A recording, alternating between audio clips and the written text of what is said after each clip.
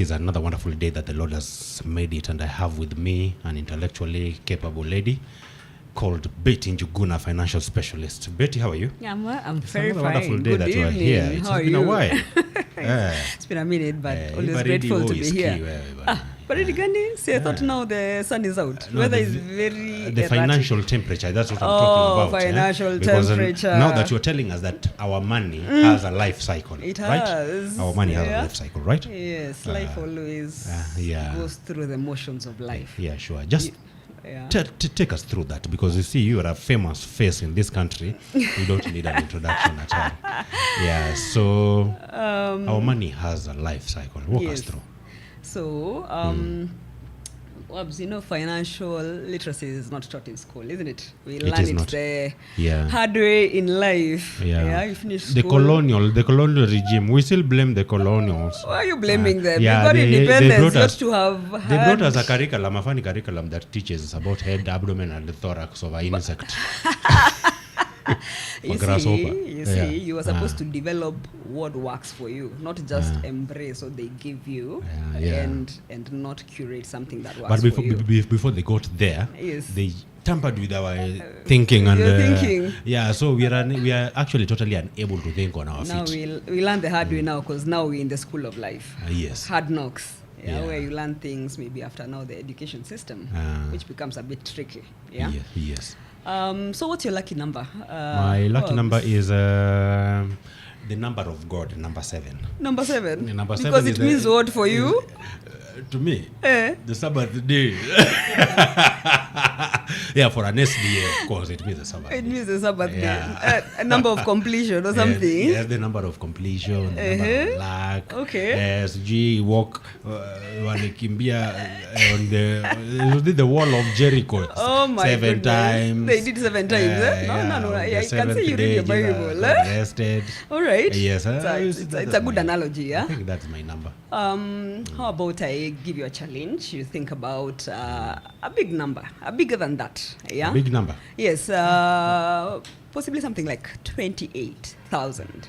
No. When it comes to money, I want it at billions. So something big, something that can sustain me and the rest of my generation. 28 billion. 28,000 days. 28,000 days. Days. Yeah. Let that 28,000 days be our number to discuss today. 28,000 days. Yes. Okay. And 28,000 days is the average number of days that a human being lives. Yes. Averagely. So if you were to take your calc and divide that by 365, then if I was to divide this by 365. Yes. Uko kuja na calculator, when you talk finances, it's good to carry your gadgets with you. So for because I did the math before I came. Okay. So what did you get? I got about 76.7 years. So averagely, you and I and the average person lives about 76.7 years. So I'm almost. You're not even halfway there. So if this is the average number of years that you live, let's even round it up to 80 years. Yes. So 80 years, we want to divide that into 4 parts. So that we're able to take a financial journey. We see what happens to you, your financial life, every 20 years. Yes. So if you divide 80 by 4, then you're able to get every 20 years. So we start from 0 to 20, isn't it? 80 by 4? We said the average, say it's 80 years, isn't it? Yes. So now if you divide that into 4 parts, then you get 0 to 20 years, isn't it? Yes. As the first part. Yes. The second part, you go to 20 to 40 years, Yes. Let's first discuss that those stages of life, isn't it? Okay. Financially, what are you going through in those stages of life? At 20 years, not so much, right? What happened between 0 to 20? For 0 to 20, you are under an umbrella. You're under umbrella. So what you is have that umbrella? Minimal responsibilities. You are doing a lot of experiments. And there. What are your experiments? A lot of experiments. You're playing around, isn't it? Yes. Okay. I don't know what playing would mean, with sand, with water. You're just being childish, isn't it? But now that is below 10. Yeah, that's below 10, yes, isn't it? yes. Yeah? And then you did a lot of subsequently studying. after 10. And you did a lot of studying, right? Okay, yeah. Or we yeah, tried. Yes. Most of us tried to make something out of our duration between 0 to 20, isn't it? Yes. Because now remember, with getting a solid education, we were Yes. told it's going to grant us some good jobs, isn't it? Absolutely. But in this space, and it's then we also- worked very hard. And we worked very hard. Yeah. How are you? How are your reading habits? We used to put water. And then you put your legs. We dip our feet. You put your feet Yes. there to stay awake and read that You read geography. the entire night. Oh my goodness. And then were you enhancing your skills those days or that time? Do you remember a skill that you nurtured during that time? Yeah, I Because had an maybe that skill also has been able to later on in life earn you an income. Is there something that you worked on? You know, back then our parents used to make things with their hands. Yeah? Yeah, the director knows me so much from way back when I was a goalkeeper. You're a goalkeeper. Are you now making money out of it, or what what are you making out of it? Yeah. So life skills. Yeah, but the other life skills that also are so life adapted, skills like are important. playing the keyboard, the piano. Piano. Maybe you go and do a gig, and you're able to do that maybe from a church or whatever. You get a car stipend sure. over that duration of time, isn't it? Yes. Yeah. Or you're in campus and you decide you're going to cook guys chapels. Maybe you have skills in cooking and you're supplying, isn't it? Yes. But life skills are important, and during 0 to 20, those life skills translate into something that you can be able to do after 20, isn't it? Yes. Yeah. So now life happens, and so you move from 0 to 20 years. So Yes. at 20, now by the way, before you are 20, you're highly dependent, and you're dependent to your. You're highly dependent. You're highly dependent. Yeah. You don't even That have is your true. own money, isn't it? 0 to 0 to 15 years, 0 to 18. I think some of us it depends matured on so early in life. Yeah, there are those ones who matured early, either because you are left maybe an orphan To wander or around and, to wander around. yeah, Ama ulikuwa kichwa ngumu, and then you not at all. I was very, very good. yeah, so Yes, so 0 to 20 you're highly dependent, Yes. and your power here was what you call a pester power. Yes. Pester power because you used to sumbua your host, your parent, your dependent, your guardian Yes. onto getting you what you needed, isn't it? Yes. Yeah, so that was your main power of getting what you needed. Yeah, so we need our listeners to understand that this is a duration of dependency. Yeah, Yes, and it is yes. short-lived because once you're getting closer to 20 years, you Yes. more or less start even desiring to be independent enough, so you want to get your own resources, isn't it? Yes, Yeah, yes. you want, maybe you even had a need that was never met during that duration of time, and you're thinking, how can I start meeting my own need? You get? So you have suppressed economic desires during that duration of time, and you're thinking, how can I get out of this so that I can be able to buy myself something? Yeah. Yes. And after 20 or thereabout, you start thinking, hey, I need to make my own money. Yes. Because umeona pesa ya wenyewe, it's a bit ngumu to find, isn't it? And you It don't- comes a lot of conditions and then Conditions. begging. And, you don't want that, man. You don't want want some that freedom into and- your life. It doesn't Yeah. give you freedom. So Yes, not sure. having money doesn't buy you freedom, isn't it? Yes. Yeah, you remain dependent and you are conditioned to somebody else's rules and regulations, isn't it? Yes. So when you're getting to 20, you're like, now I need to start making my own resources. And indeed, most of us, when we get to 20 and above, we start making our own little money. Yeah, you remember the life skills that you're enhancing earlier on in that phase of life. Now you start utilizing that so that you're able to be able to start earning an income, isn't it? Yeah, and now we need to know the basics of finances. Yeah, because now you're making money. So tu unafanya nini na hii pesa? You get? Most of the time, people want to satisfy the things that they didn't quite get when they were younger, isn't it? And they I think I did that game for a while. Who doesn't do that game? We all do that game, yeah? Yeah, you're always feeling like somebody is watching you. and they're impressed with the moves you are pulling. Yeah. Yeah. Yet nobody's everybody's chasing their own lives. Nice yourself. Yeah. You want to stand out. Yeah. Yeah, sure. So when you get you start making your own money, there are those things that you now need to be cognizant about money. Yeah. Yes. So now you have an inflow. Now you're making money, isn't it? Yes. Inflow is the money that you're getting, maybe from your business, maybe from a freelance thing that you're doing. Maybe you're a photographer. Nowadays you have very many photographers, isn't it? Out there. Also you're seeing they tell you to pose, madam the promoter, you get. Or what else can you do? Maybe you started rearing some to chicken, and all of a sudden they're giving you some to eggs that you're able to sell. What has been your hustle when you're starting out? Well, starting out, I started making some speakers, some cabinets, speakers. Yes, I think I really loved the way I saw speakers bumping up. Then I tried to make something out of it. Oh, okay. Yes, I'm still very, very young. So what happens to the inflows? Inflows is now the money that you start making, however little. Because it has to start from somewhere. Come on, it has to start from somewhere, isn't it? Yes. You do the little, then unaona, I need to grow it, isn't it? Yes. Now that becomes cash flow.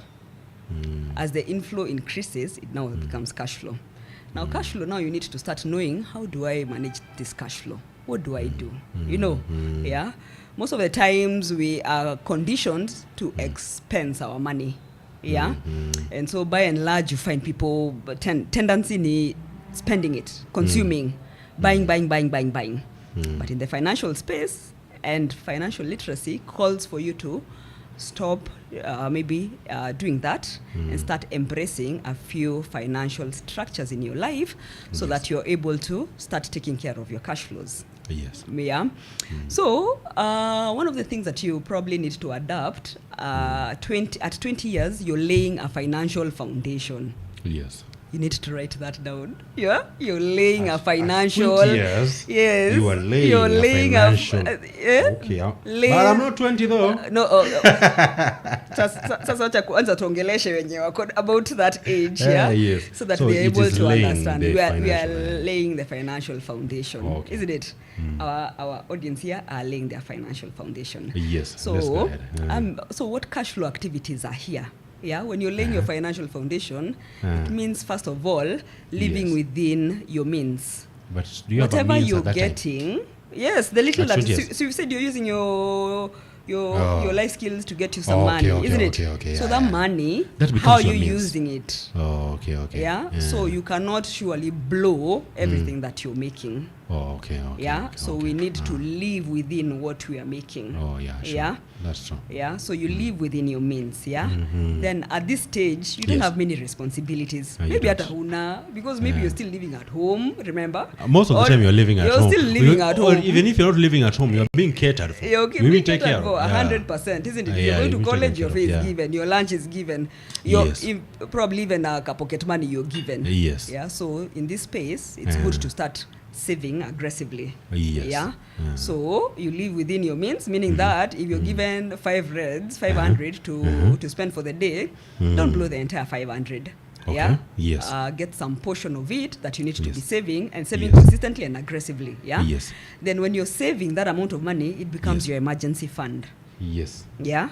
So you have an emergency fund that you're building. Emergency funds are not built overnight. So is amounts that you're contributing kidogo over a duration of time, so that you have a fund that is able to take care of you, assuming it rains and fares all of a sudden from one point to another has been hiked 100%. Yes. Yeah. So now because you have been saving, now you're able to foot that emergency that has come up, isn't it? Yes. Yeah, without having to call somebody to bail you out. You're like, it's raining, I don't have anything. So you're which able is the common behavior. Which is the common behavior. Yeah. But why is it a common behavior? Because you lived beyond your means, and you finished the stipend you were given, or you finished the amount of money that you earned from your life skill, isn't it? Yes. Yeah, or from your job or something, isn't it? Yes. So we start with living below our means. We save regularly and aggressively, isn't it? Yes. And we build an emergency fund.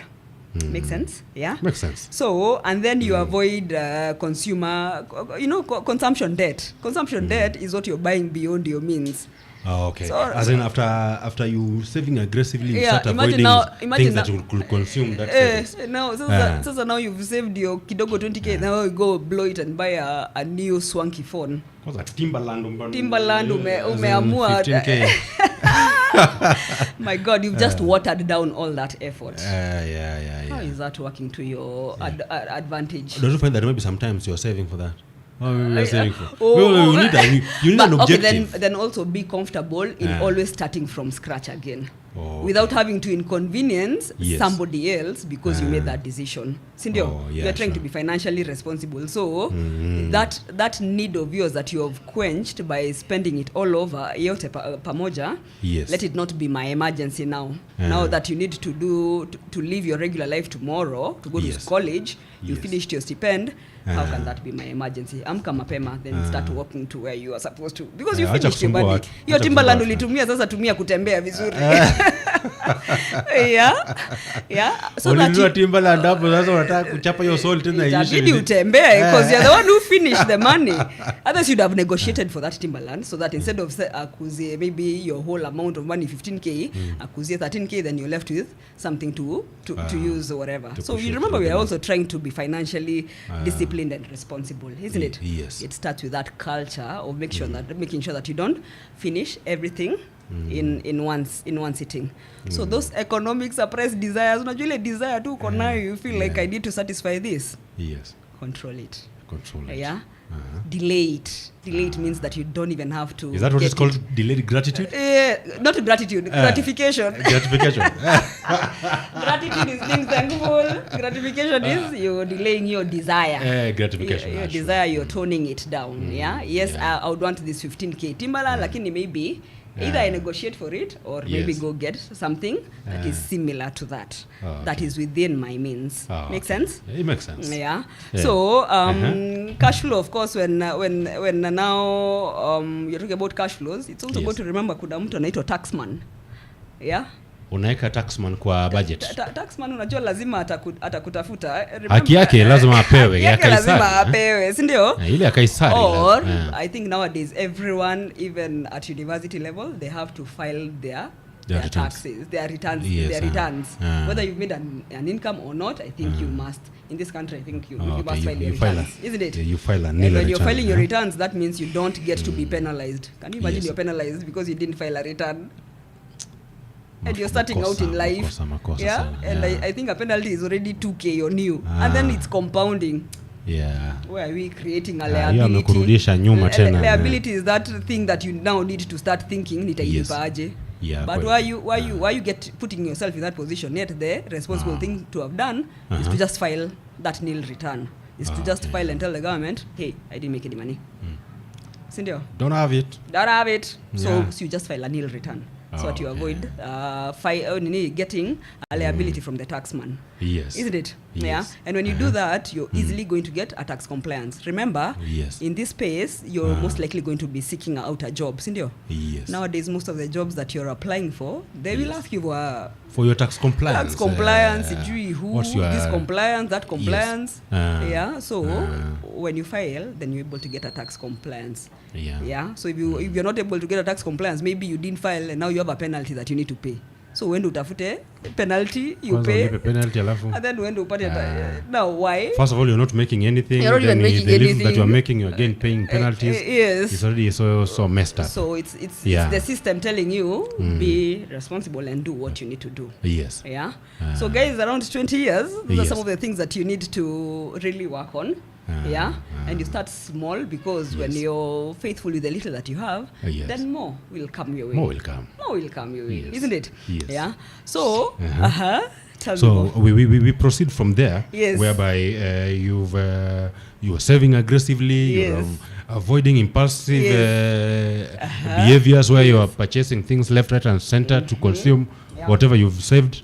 Then maybe the next thing is you try to build some emergency fund or something.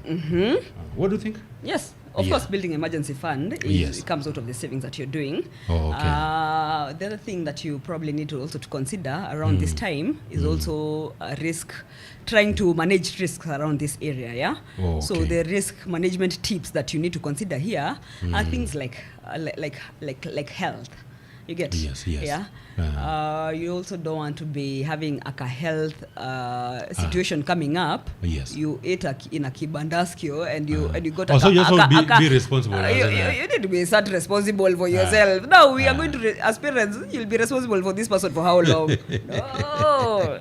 Now life is starting to serve you things that you need to be responsible about, and your health is your responsibility. Okay. Yeah, past 20 surely. We can't still at 20, because we're talking about people between 20, maybe 25, 27. Are you saying that people from 25 and above should not go to the kibandaski? No, they go. But if there is anything that arises from you eating there, you have to deal with what comes up.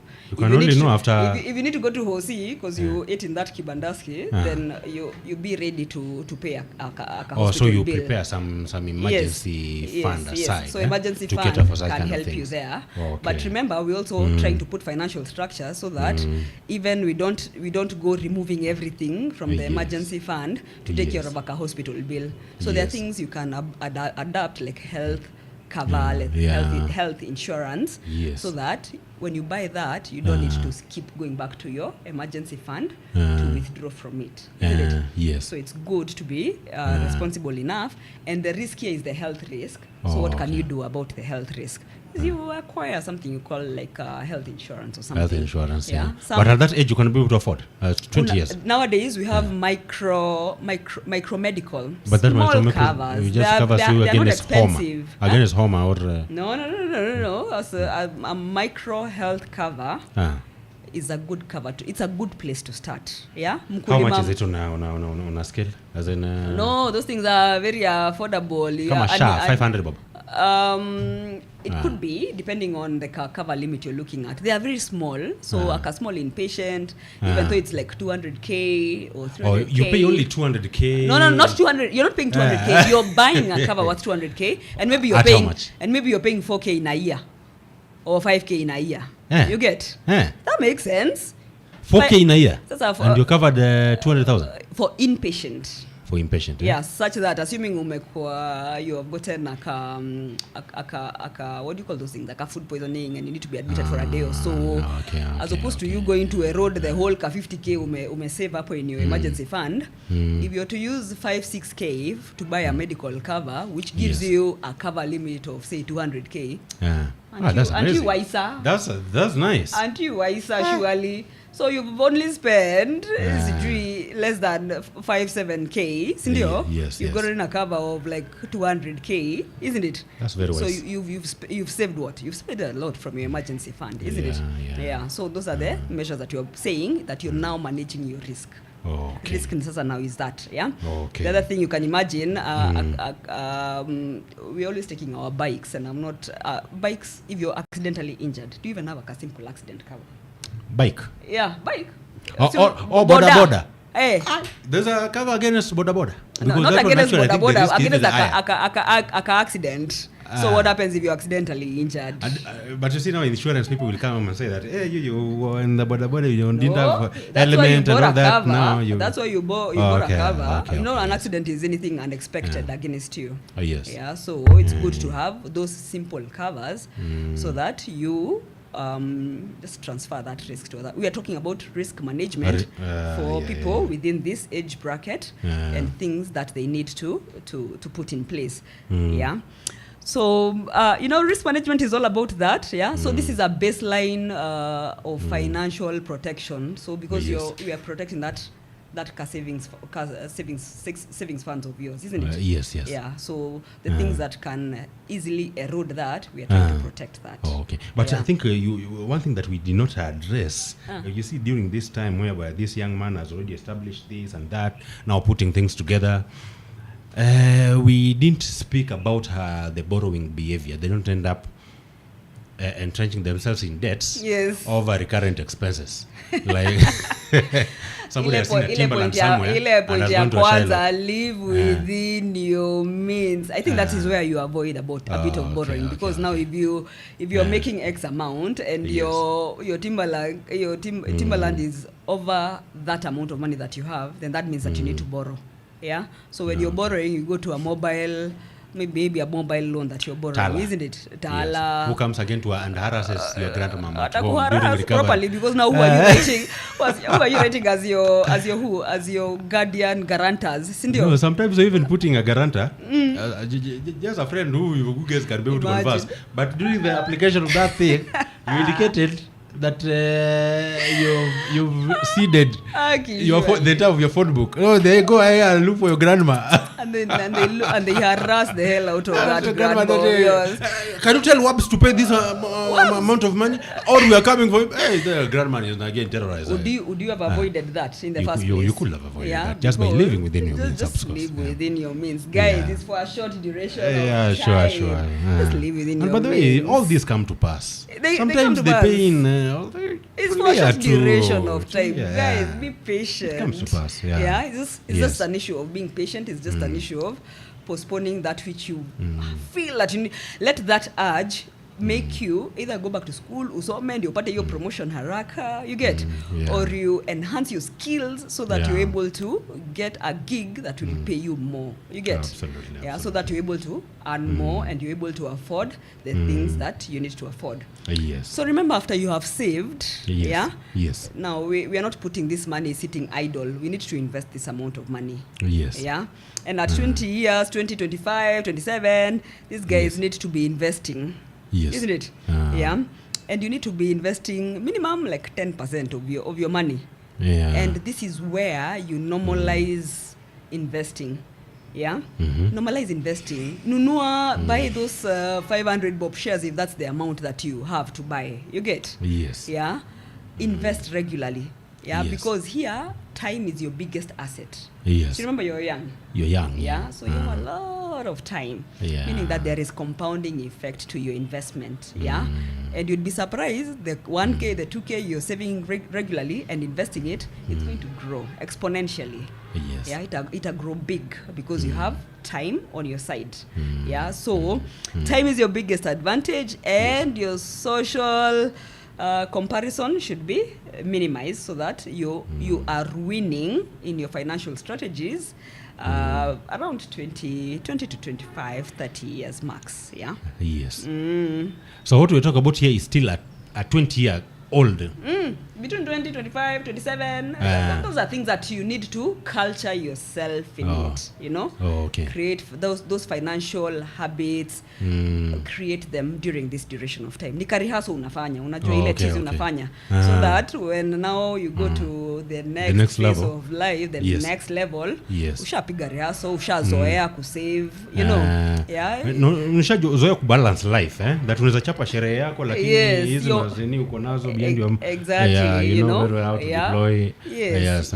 You don't have to go all out and injure yourself financially, because if you don't do those things, then debt will be part and parcel of your life. Yes. Yeah. So maybe the next phase now is to start investing.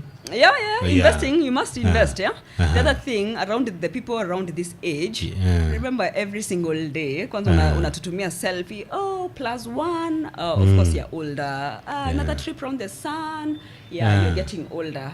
But have you set up your pension plan? So at this stage you start putting in early. together. Start early. Remember that's at 25 now. As soon as you start making your money, assuming your first job, do you even know your employer does not even ask for your permission to put you on their pension scheme? No, Assuming you're employed whichever company that comes on top of your mind. Yes. If they have a pension scheme, as you're being employed, you're not even asked for permission to join the pension scheme, isn't it? You're not asked. It's the law. It's the law. The law itself guides the employer on what to do. Yes, but it is also automatic. It's automatic, isn't it? Yeah. Why? Because you need to save for your pension. For your pension is stored in a retirement. As soon as your first job. So it's good to make sure that you set up a pension plan so that you're saving little. After all, your time is your biggest advantage. Yeah, sure, yeah. So the little that you're saving is going to grow with the rolling effect of compounding over a duration of time. Yeah. Remember, at 2025, you have probably another 20 years before you can even imagine that you're retiring, isn't it? No, at 2025, you don't have 20 years. That's almost 30. Yeah. Oh, okay, it depends on how unataka ku retire at what age. These Gen Zs want to retire at 45 and wakichelewa sana. You know? Yeah, so maybe 25 plus 20, 45. But they can stretch it out.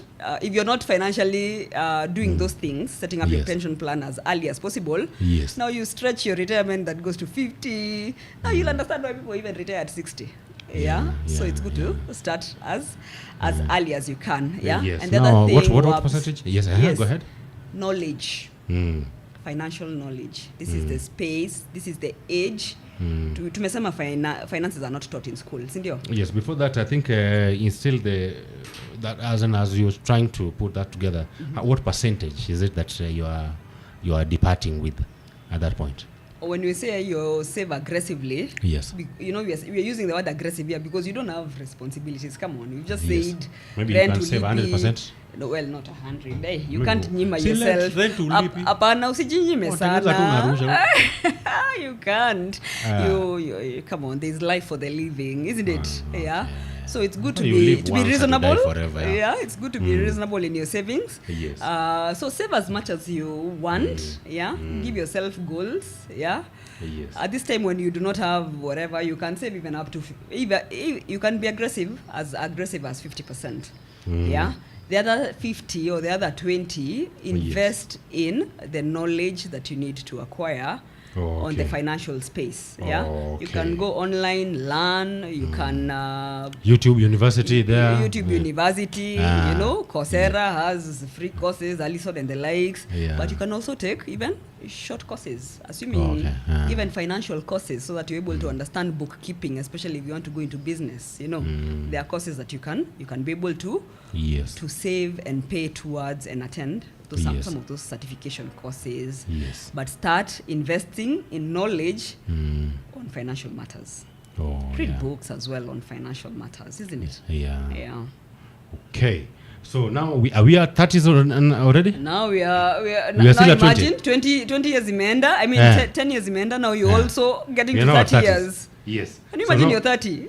Yeah, and you're shuffling your money the way you want. Yeah. You look so irresponsible. What foundation have you laid? Yeah, sure. Yeah, so without that foundation, then you'll have a rocky start. Why? Because at 30, responsibilities are really catching up. Yeah. Life you is identify a lady complex. somewhere. Imagine. Yeah. Anakwambia sijui gas imeisha. You're navigating complexities of life now. Yeah. Imagine, and you've not even done the rehearsal, the training of being financially responsible. And now you've even invited people, dependents, to come into your life. The expectation of the society that you are supposed to be this at this. Sindio? Yeah. Wanaanza kukuuliza zile maswali. Have you found people? Yeah. My friend. Yeah. So this phase of life is of course there's increased responsibilities, isn't it? Yeah. And because of increased responsibilities, now you're not living for yourself, isn't it? Yeah. There are people who now are depending on you. You have photocopies now. Yeah. You've already now brought at 30 now you have kids. Yeah. Maybe. Maybe not. Yeah. Maybe not. Yes. But you're also advancing your career, isn't it? Yes. But by and large, most likely you will have dependents. You know, dependents don't even have to be your own children. It could be your aging parents. Yes. It could be siblings that you also taking care of, isn't it? Yes. So dependents don't even have to be directly at your own children. Yeah. So here we need to consider enhancing sort of our risks. Yeah. And one of the risks is, of course, life risks. This life is not ours. Yeah, you've already tackles life assurance and insurance. You could consider those ones. Yes. Those are real conversations to have at that time. Because who takes care of these dependents that you have? Life gives you dependents. I've just said your aging parents are depending on you, isn't it? Yes. At that age anaanza kukupigia simu. this and this and this, isn't it? So who takes care of them, isn't it? Who takes care of your siblings? Maybe you have younger So I think ones. that we should have a budgeted black tax. Yeah, it's good. Yeah, Yes, you need to take care of your relatives. Even the good book says that you must take care of Which verse is that? Pale Timothy It's pale, okay.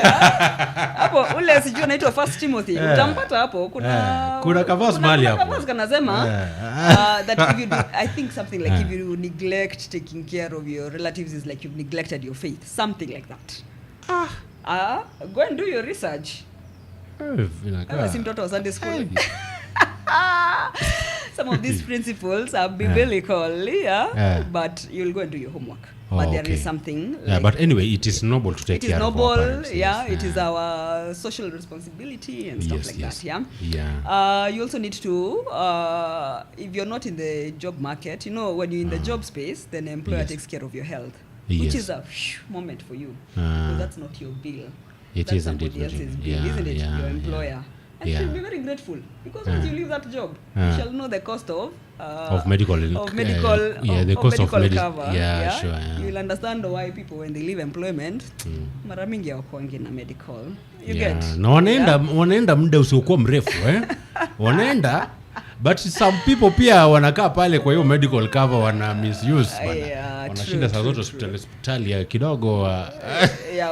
When you do that, then you spoil for the masses, because now premiums are loaded and stories like that.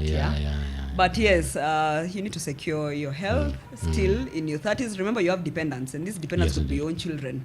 You don't want to have young children and you do not have health insurance. Ile emergency we were creating, you shall rip it out very fast. Because young children, they are probably susceptible to health issues at a young age, isn't it? Yes. So now your cover is no longer for you, the individual. You have to incorporate your dependents, isn't it? Yes. Or even you buy your folks medical cover. Remember, they are older, so even the premiums there will probably be higher.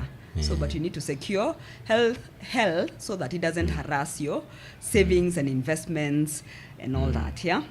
Yes. Remember also, if in case you have already lived beyond your means and you have debts, now you need to start managing your debts. Yes. You don't want to have too much debts while you're going into your 30s, mid-30s. You're still riddled in high debts, high interest debts. Zile mobile loans. Tala. Sorry. Tala wanakusikiliza, but there is another some of these farms who called I wasn't very happy. They started calling some of my cycles that I hold to very high esteem. Who hold me to very high esteem. We hold you highly, and then they are calling me, and I'm like, what? Sikukataa kushika simu. I was just in a meeting. You were in a meeting, and you didn't return a call. I know, if you call they shouldn't even be calling you. You should be paying beforehand. Ama kuna kazi mingi ya pesa. So now don't go taking those loans, because they'll start destabilizing you month after month. Or a credit card. Credit card, if you don't pay them in good time, you're in a lot of trouble.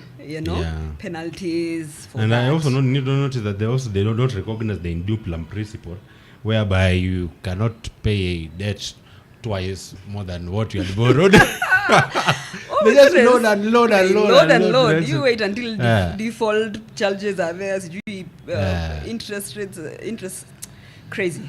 Sure. Fear high interest debts. If you have to manage your debts, start paying off. High interest debts are those ones that are growing faster. When you're told that your rate of interest is 7% per month, 10% per month, or 20%, you should be very scared of such debts, because you're increasing your liability at a faster rate. Sure. So let's manage or pay off completely our debts within this duration of time, so that even as financial responsibilities are increasing as you move forward, then you are not going into the future with high debts. Very high debts. Yes. Are you riddled in debt? Me? Right now? Yes. No. Okay. In fact, I fear debt so bad. You do? So bad. Okay. Hi. Madeni ni vitisho sana. And then there's Shylock in a roller coaster vicious cycle. It's a vicious cycle. Yeah. Imagine then you incorporate Shylocks there. No, Shylock is a different level of it's a different level of debt. Then and you see they lack the empathy and see ulikula, this don't make consideration because you're borrowing. Kukopa ni harusi, kulipa ni matanga. Lakini zingine wakati unakuja kukopa tumia lugha zingine ambazo irresistible. Just use decent language. I'm saying you don't have this. So what's up? Just make your debt secured so that you liquidate whatever is available. People have to as remain opposed in to business. actually, you're the one funding their business, because imagine you pay double of what you picked. You're putting some people still in business, but what is happening to your financial life? It's really, you're really injuring yourself financially. That's a hole that. And you see now they target people like the civil servant and the bankers. Bankers are a right market. Are you a banker? Be careful. And to your surprise, it is the HR of these organizations that are the collection center for these Shylocks. Collection center? Yeah. Okay. Because the Shylock threatens you through them. We'll serve you the letter. It is put in writing. This one, deduct this one.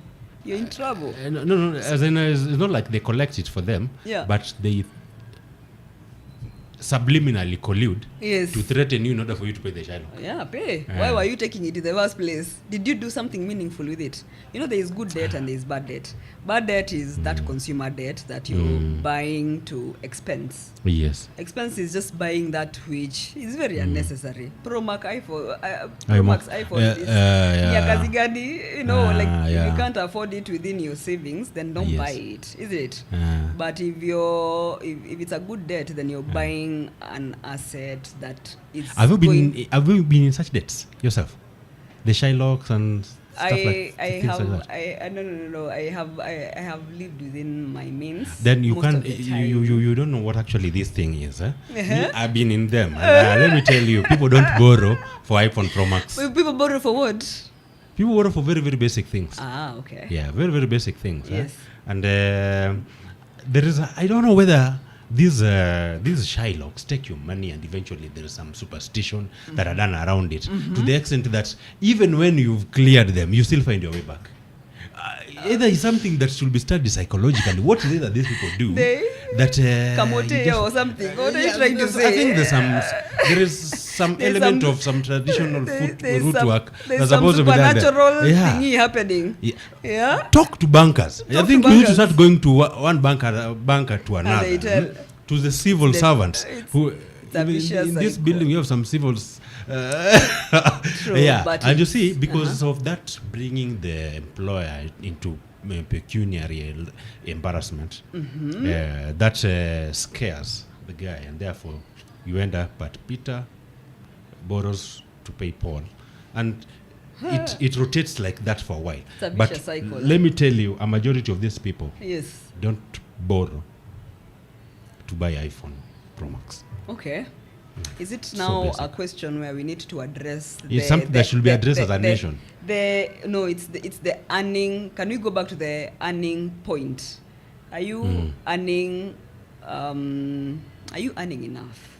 Because maybe you need to also add another stream of income to what you already have. Because hiyo haikutoshelezi, isn't it? Yeah. Maybe it can be translated that way. Yeah. So you need to find a side hustle that will complement the job that you do, so that you're able to earn an extra coin. Yes. Yeah? I think what we're supposed just to do is actually to advise the young population. Yes. Avoid Shylock, and I think I think Betty, as a financial expert that you are, it is good for you to come up with a definition of who is a Shylock, so that our young population can be able to identify who a Shylock is. Shylock, of course, is somebody who wants to give you money and charge you for using their money. See, you're using other people's money. But the banks do that. Yes. Are they Shylocks? Not quite, but the one who's probably charging you an exorbitant interest for using their money. there's interest rates that are regulated by the bank that you cannot by the extortion other regulators people. You cannot extortion other people. And even the recovery process is structured. Yes, the recovery process. And predictable. These guys will be ruthless with you to the core, isn't it? Yes. When you do not, when you default, isn't it? So somebody who is punitive at you, can't listen, banks will restructure. Restructure, increase your duration of pay, so that you're able to manage that debt, isn't it? Yes. But these guys will come and take your car from the streets. That's crazy. And you see, this actually extends not only to the bankers, like you were saying, but even to the CAYADs and other organizations that offers loans against logbooks. Yes. And I think the selling point today has been that we don't look at your CRB status. We don't look at your CRB status. I do want to check that thing, border. We don't want to check. But it's good to check. Because they want you as indisciplined as possible in order for them to elope with your vehicle. You have to keep them in business. You're funding their business, you're funding their employees, you're funding their whatever. So it's good to just take care of your debt, isn't it? Yes. Take care of your debts. But let's also first of all endeavor to not live within one stream of income.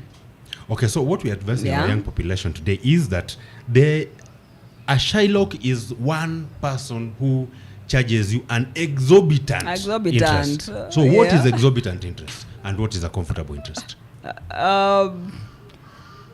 You need to know also the market rates. The market rates, isn't it? Anything beyond the market rates will choke the hell out of you. What's the market rate as we're talking right now?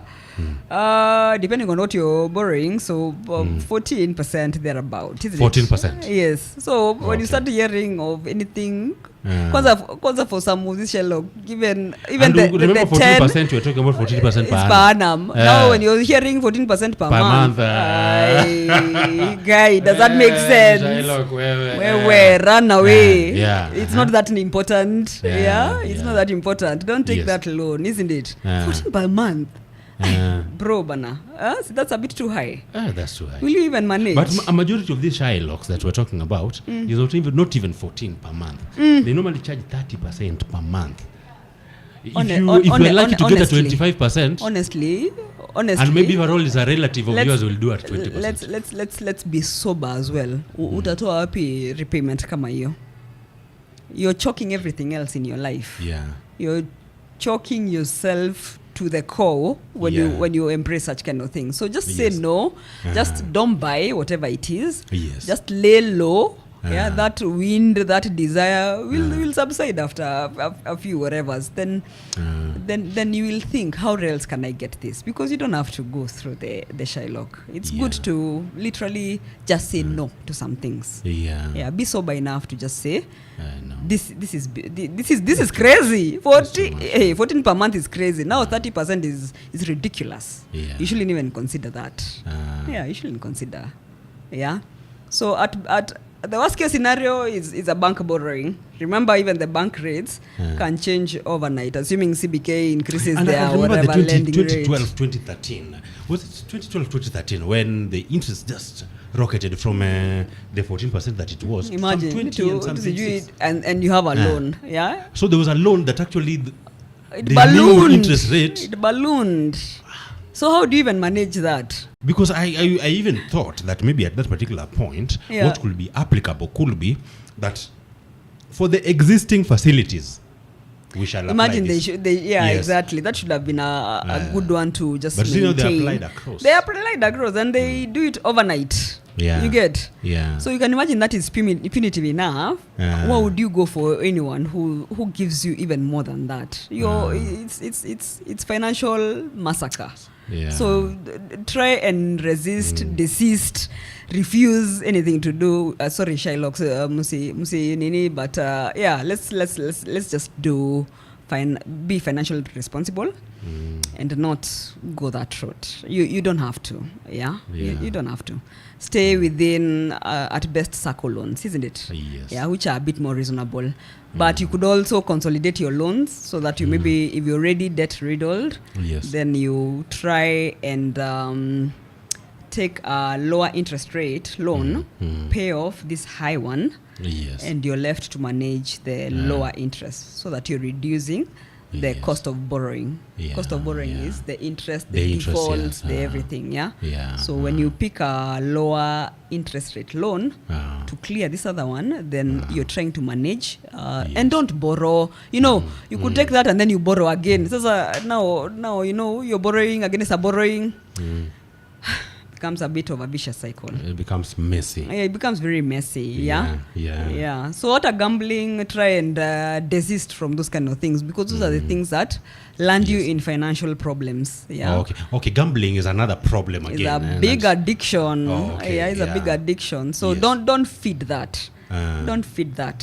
So you're telling this young population from 20 to 30. We are talking about 20 to 30 or now when it's gambling, is everyone. It's everyone, but it has to start from somewhere. It starts from the younger ones, because it's a culture that's being embraced by the younger people. It's being embraced by younger one, and it becomes a habit. So even when you're going into your older ages, you're already addicted. It's something that you cannot break, and you end up having financial troubles even later on in life. Because these are the financial habits that you embraced when you were younger. Whatever you embrace when you were younger, it will come and manifest itself very big time when you're older. And it's going to be even harder, if not impossible, to stop. To stop it, actually to break. There's a friend of mine who gave a friend gambler a strategy to try and minimize their gambling habits, isn't it? So this wise friend decided to tell the gambling friend, instead of this 5K that you're putting every other time, why don't you split this money and put a 50-50 or 50-50, like if you're doing 5K, then maybe 2-3K you now let's embrace a conventional way of investing this amount of money. Why don't we do shares? Why don't we start buying regularly shares with this amount of money, so that you don't gamble everything, but gamble, say, a 2K as opposed to the whole 5K. The 3K, let's buy shares, isn't it? And you start buying shares kidogo kidogo. You get, so now you're building a share portfolio. This guy also now started learning things to do with the shares. You get, they started getting interested in the share appreciation. They started with small amounts of money, and all of a sudden the interest now started changing. They can see a consistent growth in the share, from the share price to the quantity of shares that he's buying, isn't it? And so the interest now started reversing. As opposed to putting the entire 5K, they reduced it to 2K as a start, and they remained consistent with the 3K into buying shares, isn't it? By and large, by the time it is 1 year later, now they're even reducing the 2K and increasing it on the shares. This so he came to find like there is minimal to zero merit in betting. I would rather take this 2K and also still add because they can see that they are now growing financially in more better ways. You know, gambling, you could win today and you lose the next 20 bets.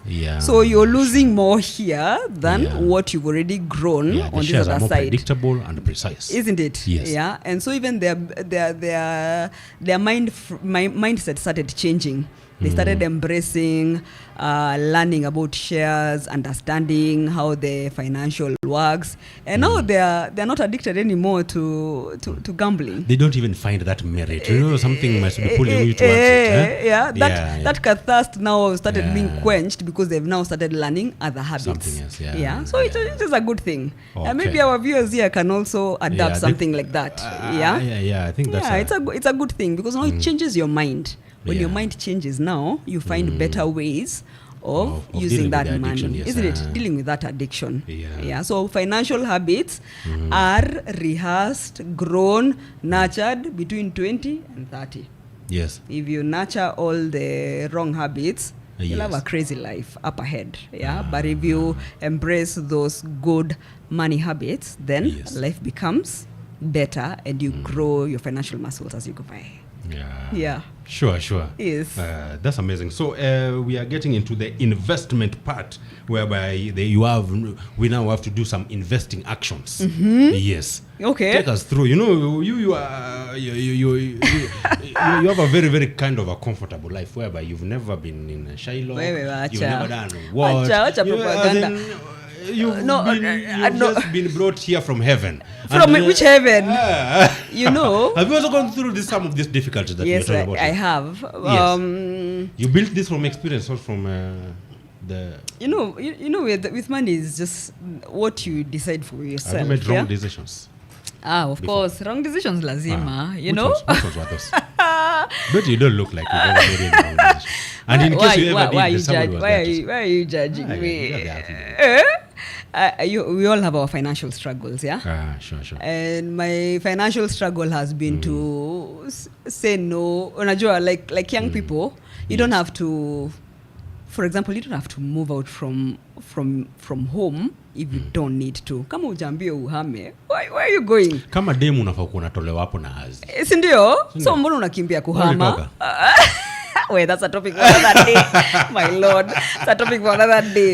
So imagine if you stayed on, then that gives you the opportunity to save more. You know. Yes. But because you want to be independent, cheza kama sisi, then now you move out. Now you've and sometimes some of the reasons that you are that are making you move out. Director is the director is smiling. The director is smiling. Some of those reasons are not very, very appealing. I know the reasons you can be able to mention in public. They may not be the best, yeah. And then they will land you financial consequences. All of a sudden, you've loaded yourself with expenses from rent to transport in your place to knowing the price of gas. Hakuna mtu alikufuza kwenyu. Okay, of course, there are those genuine cases. Maybe your folks are far and you need to extra compensate. Those ones are reasonable. Like your case. Like my case. Yeah, those ones are reasonable. But by and large, you see people just want to have their own independence, their own space. I hope you're utilizing that space and that logic of yours to your advantage. Most of the time, they don't utilize it. And actually, that's why we try to tell our young people to always try and avoid some of these urges. They don't bring so very good dividends. They bring they increase your responsibilities. Those ones increase your responsibilities, isn't it? So to just avoid that, then maybe you can just suppress some of those things. As you emergency, you get. Are these advices that we are giving here for the 20-year-old to 30-year-old? Do they also are we amalgamating both genders together? Of course. There's no gender thing here. It's just you do your financial habits, I do my financial habits, isn't it? And then tutakutana pale, and then we'll be able to see. But don't you think that maybe ladies are able to save more? Because yes, tunajua tu akishaongea tu na Charlie siku moja wamekutana kwa matatu. Wakutana kwa matatu waambie tu hi. This is my number. Yeah. Adios. Akishuka tu gari hivi. Akimpigia simu anambia, "Remember it's me Betty." Betty, how are you? What's up? Gas imeisha. Full block. Unaniambia just story ya gas yako. Who are you to forbid? Dude, say no to that nonsense, bwana. That is not acceptable. So let's So what I'm let's not take up responsibilities that are not really ours, isn't it? So you don't have to embrace somebody else. So as we're doing this, we're also discouraging the she gender from manipulating the he. Yes. From during this period of time, we are both struggling. You're both struggling. You're both growing. So why should they come in? Neither should they also manipulate the mubabas as well. As in, the boy child is always at a disadvantage. You place and zapata kitu ingine. You ana struggle to build, and then now kitu hivi kidogo kupiga watu nyongolo kidogo tunaenda kudiaga. Amenda prison, sindio? Amenda prison time. So let's embrace good legal ways of making money. Our young ladies, please just be responsible and just Yes.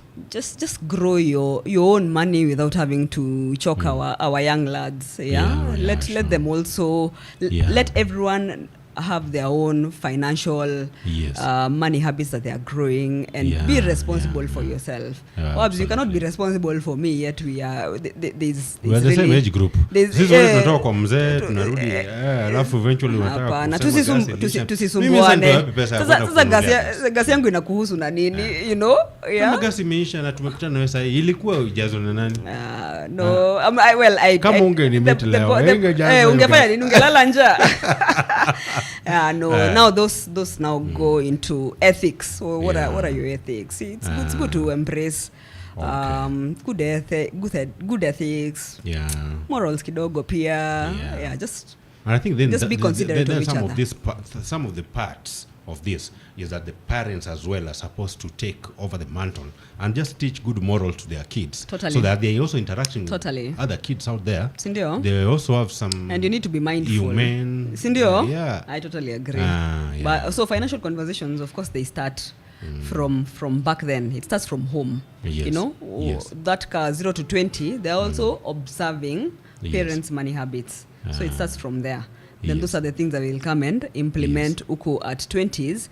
But by the time you're an adult, you can make sober financial decisions. Like I saw this going home, a lot of expenses. Maybe I need to make a good decision. I don't need to overspend here and there. You know. Okay. Yeah. Some of these things are just decisions that you make for yourself. Yeah, sure. I don't know. Well. Yeah. I hope it's I hope our audience. So at 30 you need to be investing. Yeah. Yes. Yeah, it's good to increase your investments. You remember earlier before 30 we were doing probably about 10% in terms of investment. Now you need to increase your investment. So now at 30 now you have other responsibilities. How do you increase that? Because now the responsibilities are coming in. See, if you're a man, you are getting as life goes by, also your financial muscles is increasing. So are the responsibilities. Yes, you need to balance out. I've just mentioned you can't live in Nairobi. You can't live on one stream of income. You must have. You must endeavor to grow more than one stream of income. You'll be harassed by life if you just depend on one stream. Work 8 to 5, but after 5 you cannot be watching series all your life. You know, you need to find something else that you're doing to generate you whatever, and your skills are what maybe you do after that time. Then you're increasing your financial muscle. So save more, invest more, so that at a pale mbele you have resources, isn't it? That's true. So points to watch out. Yes. Absolutely. Let me tell you, points to watch out at 30. Your spouse, your partner, your life partner. A person can either propel you that's at the selection level, or the one that you have started looking at. Kama usha select now deal with your issues. But before ukiwa kwa your stage, your financial your partner can determine your financial future most of the time. So that's become a point, as in a point of concern. That person will either take you forward or return you backwards, you know, like red flags to watch out for. Do you have hidden expenditures that people don't know about? You know, those are red flags. So your partner, and more especially the she partner, will bring you down. Guy nani amesema she partner? Are you saying that this gender we should be careful? No, it could also be the dude gender. Ladies are very good savers. It means that ladies are good savers. It can also. But remember, you guys have boys night out. You go and splash out all your monies, isn't it? By the time you're coming, it is true. You can end up having a very, very responsible man. And then your joint accounts, maybe you take out a lot of money unnecessarily and not for the joint goal. You just splashed it out, isn't it? Tutakosana, you get. And by the way, do you know that women are more responsible with money? Mostly than men. Yes, we have catastrophes in our lives. Except unless you're wabs. So hidden expenses, hidden spendings can affect finances. So choosing your partner can propel you financially, or it can actually affect you negatively financially. Yeah. Also, communication in terms of matters finance. Yes. You need to choose a partner whom you can communicate with. But did you know that sometimes you can have a partner who just does not understand? We tell them about shares, they see kugawana, dividing. They don't, as in, you need to also choose your level, right? It's good to choose your level. Yeah, the intellectual capacity. If you don't choose your level, then now you need to invest in that one. You bring them up. It abidi. Can you remember the acid case? Can you remember the acid case? Do you think that guy was trying to elevate so that at least... Maybe. Okay, I don't have any disrespect for the couple. You must elevate your... especially if the decision is already done. If it's already a done deal, then you have to grow your spouse. Yeah, you have to nurture them somehow. You have to bring them up to speed with your levels. So now you'll go flying and then you leave this one here. So you always be... Just choose. As in, I think... I most of the time I don't take Andrew Kibe's advice. But on this particular one, there are two. There's another guy called Mike Sudi. Mike Sudi. Hey, I'm not advertising. I'm not holding brief for anyone. And Andrew Kibe, they hold this principle that get your woman and marry your woman. Sasa kuchukua mabibi hapa unaanza kuwasomesha tena. Sasa si ulichagua. Si ulichagua. At the point of choosing, you knew who you were picking. Ndio wachana na hiyo maneno kwanza. Wewe chagua level yako. Kama ukichagua level yako. Chagua level yako. Kama wewe ni mtu wa PhD, tafuta mtu wako wa PhD. Yes and no, but it's not really about academics here and there.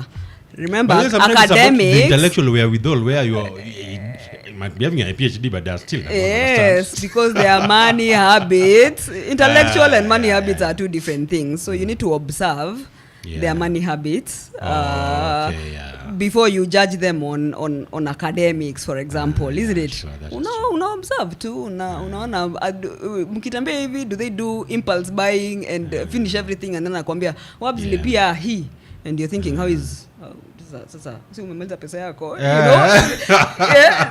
anakuingiza kwa budget zingine hata wewe ukukwepa. Akikuingiza kwa hiyo budget sasa ujue now that is a norm that you already accepting into the future of where you're going with this person. So it's not really academics zingine. It will contribute towards more strategic maybe decisions in life, but it may not be that person will think the way you're thinking. So just observe their money habits, isn't it? Yes. Yeah. And also lack of transparency, assuming they are hiding, they are not being transparent. But no, that is integrity. When you are in fact, I think that is what we could have started up here. Integrity is zero. There is nothing there. There is nothing there. Whether we have financial discipline, we don't have, but we have integrity issues. Sindio? Hapo hakuna kitu. Those are red flags. Yeah, those are red flags. In fact, that is redder. This one is redder. Might be a maroon. More than your mic. Might be a maroon one.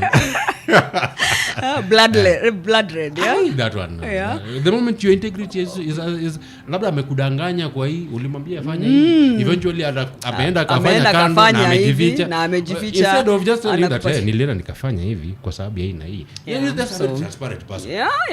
That builds on trust. Yeah. Watu mbona ameanza kupiga makona mara amesema hii.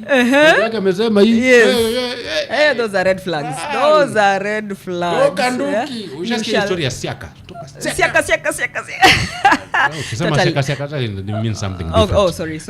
Okay, withdrawn. So yes, those even financially, those are points to watch out, because your finances will crumble, assuming you are this disciplined person and then you meet the wrong partner. Yeah. Imagine all that effort has gone down the drain. But I think we also need to teach our young people how to drop out.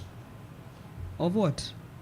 Out of that system whereby you see you've just married the wrong partner and you've noticed that what's this?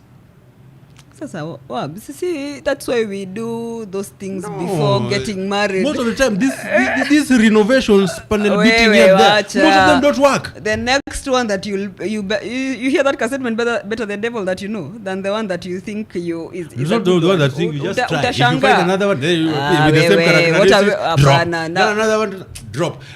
You might end up even becoming the king of drop. No, we can't. Get the right person. We are not going to advocate those things, because what now? That conversation changes now completely. Now you have increased dependence from number 1, number 2, number 3. So remember, you're also increasing and complicating your financial life. Sindio, you have dependence from territory 1, territory 2. You have increased dependence. Now, how is your financial life? Yeah, you will have drama like hell. You get? So there's no point. Just stick to the devil, and agree to disagree. Just know how to address your problems. Just know how to address your problems. If you need to take them back to school, if you need to, invest. Let me tell you, you invest in the person, the people that you live with. Okay. You must endeavor to enhance them. Sure. However it is, Mukienda seminar, muende seminar. It doesn't mean that you have to pay their university fee and stuff like that. Even the university you can pay. You can pay. It could be you, and me, I'm better off, and I'm marrying down. I could marry down, assuming I am academically superior than you. And I'm already advising you to marry your level. Sasa unajua roho ikipenda imependa, so if I need to enhance ambia you, roho kazi yake ni gani? Kazi yake ni kusukuma damu. Si maneno ingine dati utalia. Utalia kwa choo bwana. Ni vizuri hata mimi na kuaccept vile uko, and then hizo vitu ni theory za wazungu. Hizo acha mchezo bwana. Acha hiyo mchezo kabisa. At times it could be a decision that is already done. Umeshaleta photocopies wako, then you can just up and leave.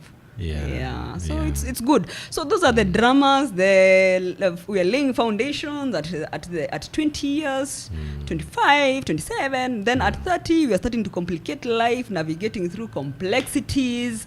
We are amidst changing. Life is changing. You have your job, so you get your first car, you get your first house. You get things are changing. Why? Because you have an income. Sure. And with that income, then you need now to put those structures in place so that life can be secure and you don't have to deal with a lot of financial mishaps. Once that is done, then we are able now to start having deeper conversations about the next phase of life. So today you are just introducing people about, let's lay foundations. Can they go and do a self-reflection? So that introspect and see have the things that we have discussed here, have they been able to do? Wajite kamushemanio, sindio? And they consider the financial habits that they have, the money habits that they have, because it shall significantly affect where we are headed. And where we are headed, maybe it's the next conversation that we need to have. So that we are able to just understand what is this financial life cycle that we all go through. Amazing. And I had warned these people that here I'm having a serious intellectual hub that never joked. Oh my goodness.